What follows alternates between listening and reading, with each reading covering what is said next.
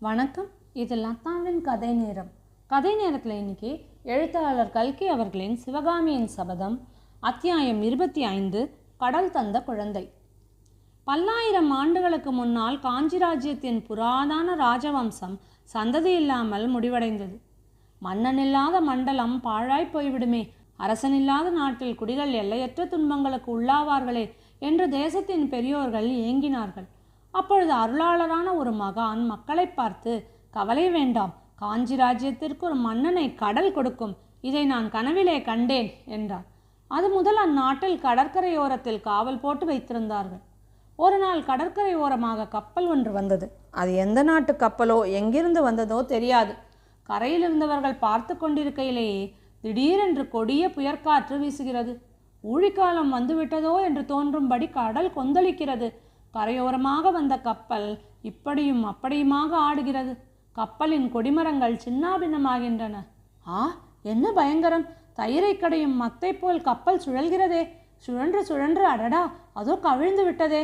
புயற்காற்றின் கோரமான ஊளை சத்தத்துடன் கப்பலில் உள்ளோரின் அழுகுரலும் கலக்கின்றதே. கப்பல் கவிழ்ந்து கடலுக்குள் மூழ்கிற்றோ இல்லையோ, சொல்லி வைத்தாற் போல் காற்றும் நிற்கிறது. அதுவரை கரையிலே நின்று செயலற்று பார்த்து கொண்டிருந்தவர்கள் இப்பொழுது பரபரப்படைகிறார்கள். படகுகளும் கட்டுமரங்களும் கடலில் விரைவாக தள்ளப்படுகின்றன. கப்பலில் இருந்தவர் யாராவது தெய்வாதீனமாக உயிருடன் கடலில் மிதந்தால் அவர்களை காப்பாற்றி கரை சேர்ப்பதற்கு படகுகளும் கட்டுமரங்களும் விரைந்து செல்கின்றன. படகோட்டிகளும் மீன்பிடிக்கும் வலைஞர்களும் பாய்ந்து செல்கிறார்கள். அத்தனை படகோட்டிகளிலும் வலைஞர்களிலும் அதிர்ஷ்டசாலி ஒருவன் இருக்கிறான். அதிர்ஷ்டம் அவனை தேடிக்கொண்டு வருகிறது. ஆனால் அவனுக்கு மட்டும் வந்த அதிர்ஷ்டம் அல்ல, நாட்டுக்கே வந்த அதிர்ஷ்டம். நாட்டு மக்கள் செய்த நல்வினையால் வந்த அதிர்ஷ்டம். நீலக்கடலின் அலைமேல் சூரியன் மிதக்கிறானா என்ன? இல்லை, சூரியன் இல்லை, சின்னஞ்சிறு குழந்தை. அது பலகையிலே சேர்த்து பீதாம்பரத்தினால் கட்டப்பட்டிருக்கிறது. அக்குழந்தையின் முகத்திலே அவ்வளவு பிரகாசம், அத்தனை தேஜஸ். ஆனால் குழந்தைக்கு உயிர் இருக்கிறதா? ஒருவேளை. ஆஹா, இருக்கிறது, உயிர் இருக்கிறது. புயலுக்கு பின் அமைதி அடைந்த கடலில் லேசாக கிளம்பி விழும் இளம் அலைகளில் நீர்த்துளிகள் குழந்தையின் முகத்தில் விழும்போது அது கழுக்கென்று சிரிக்கிறது. படகோட்டி அடங்காத ஆர்வத்துடன் அந்த பலகையின் அருகில் படகை செலுத்துகிறான். குழந்தையை தாவி எடுத்து கட்டை அவிழ்த்து மார்போடு அணைத்துக் கொள்கிறான். அவனுடைய மார்பின் ரோமங்கள் குத்திய காரணத்தினால் குழந்தை அழுகிறது. படகோட்டி படகுக்குள்ளே பார்க்கிறான். அங்கே கப்பலிலிருந்து இறங்கும் பண்டங்களை கட்டுவதற்காக அவன் அன்று காலையில் கொண்டு வந்து போட்ட தொண்டை கொடிகள் கிடக்கின்றன. அக்கொடிகளை இலைகளோடு ஒன்று சேர்த்து குவித்து படுக்கை அமைக்கிறான். கொடிகளின் நுனியிலிருந்த இளம் தளிர்களை பீத்தெடுத்து மேலே தூவி பரப்புகிறான். அந்த இளந்தளிர் படுக்கையின் மீது குழந்தையை கிடத்துகிறான். குழந்தை படகோட்டியை பார்த்து குறுநகை புரிகிறது. படகு கரையை நோக்கி விரைந்து செல்கிறது. கரையை நெருங்கும் போதே படகோட்டி கூச்சலிட்டு குதூகலிப்பதைக் கண்டு அந்த படகில் ஏதோ விசேஷம் இருக்கிறது என்று கரையில் நின்றவர்கள் அறிந்து கொள்கிறார்கள். படகு கரையோரத்தை அடைகிறது. கரையில் நின்ற ஜனங்கள் திரண்டு வந்து படகை சூழ்கிறார்கள். தீர்க்க தரிசனம் கூறிய மகானும் வருகிறார். வந்து குழந்தையை பார்க்கிறார். பார்த்துவிட்டு, நான் கனவிலே கண்ட புதிய காஞ்சி மன்னன் இவன்தான். இவனுடைய சந்ததியார் காஞ்சி சிம்மாசனத்தில் வீற்றிருந்து 1000 ஆண்டு அரசாளப் போகிறார்கள் என்று கூறுகிறார். ஜனங்கள் ஆரவாரிக்கிறார்கள்.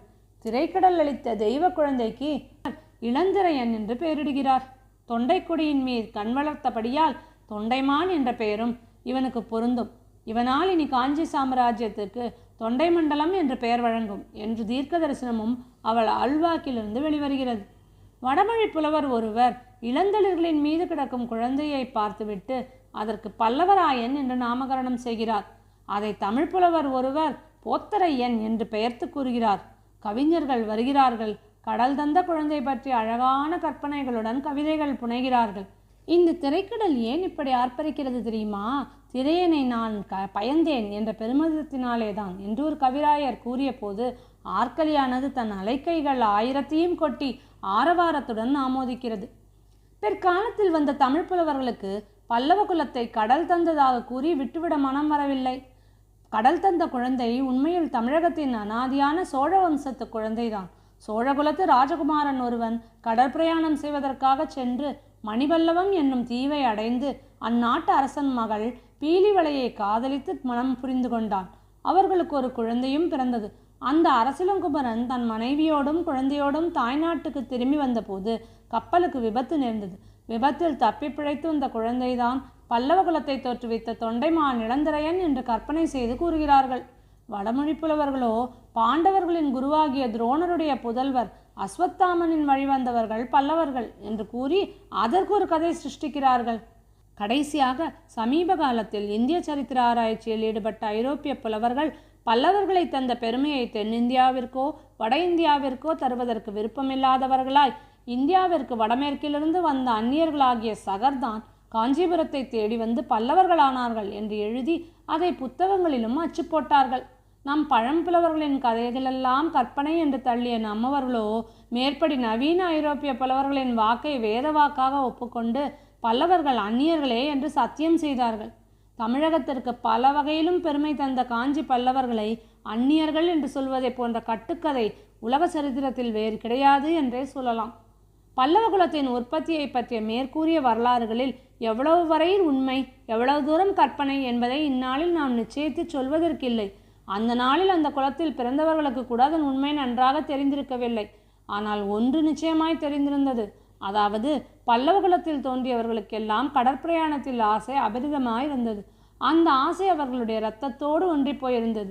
கீழ்த்திசையில் கடல்களுக்கு அப்பால் இருந்த எத்தனையோ தீபாந்தரங்களில் பல்லவர்களின் ஆதி பூர்வீக ரிஷபக்கொடியும் பிற்காலத்து சிங்கக்கொடியும் கம்பீரமாய் பறந்தன. பல்லவர் ஆட்சி நடந்த காலத்தில் தமிழகத்திற்கும் வெளிநாடுகளுக்கும் கடல் வாணிகம் அபரிமிதமாக நடந்து வந்தது. கப்பல்கள் வந்து நிற்பதற்கும் பண்டங்களை இறக்கி ஏற்றிக்கொள்வதற்கும் கீழ்கடற்கரை ஓரமாக பல துறைமுகங்கள் ஏற்பட்டிருந்தன. அவற்றுள் முதன்மையானது மாமல்லத்து துறைமுகமாகும். மாமல்லபுரத்திற்கு வடபுறத்தில் கடலானது பூமிக்குள் புகுந்து தென்திசையை நோக்கி வளைந்து சென்று மாமல்லபுரத்தை ஏறக்குரிய ஒரு தீவாக செய்திருந்தது.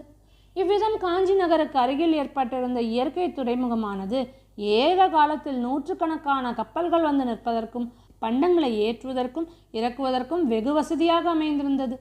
மகேந்திரர் காலத்திற்கு முன்னால் அத்துறைமுகத்தீவில் பெரும்பாலும் வர்த்தகர்களின் பண்டகசாலைகளும் சுங்க மண்டபங்களும் மட்டுமே இருந்தன.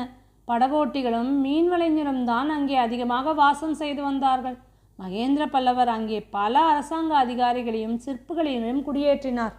அரச குடும்பத்தினர் தங்குவதற்கு அழகிய கடற்கரை அரண்மனையை கட்டி வைத்தார். அத்துறைமுகத்தில் சிற்ப வேலை தொடங்குவதற்கு காரணமாயிருந்த தம் செல்வ புதல்வரின் பட்டப்பேரையும் அப்புதிய பட்டணத்திற்கு அளித்தார்.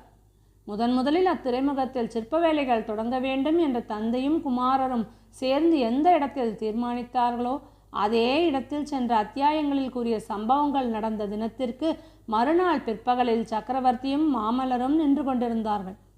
இத்துடன் எழுத்தாளர் கல்கி அவர்களின் சிவகாமியின் சபதம் அத்தியாயம் 25 நிறைவு பெற்றது.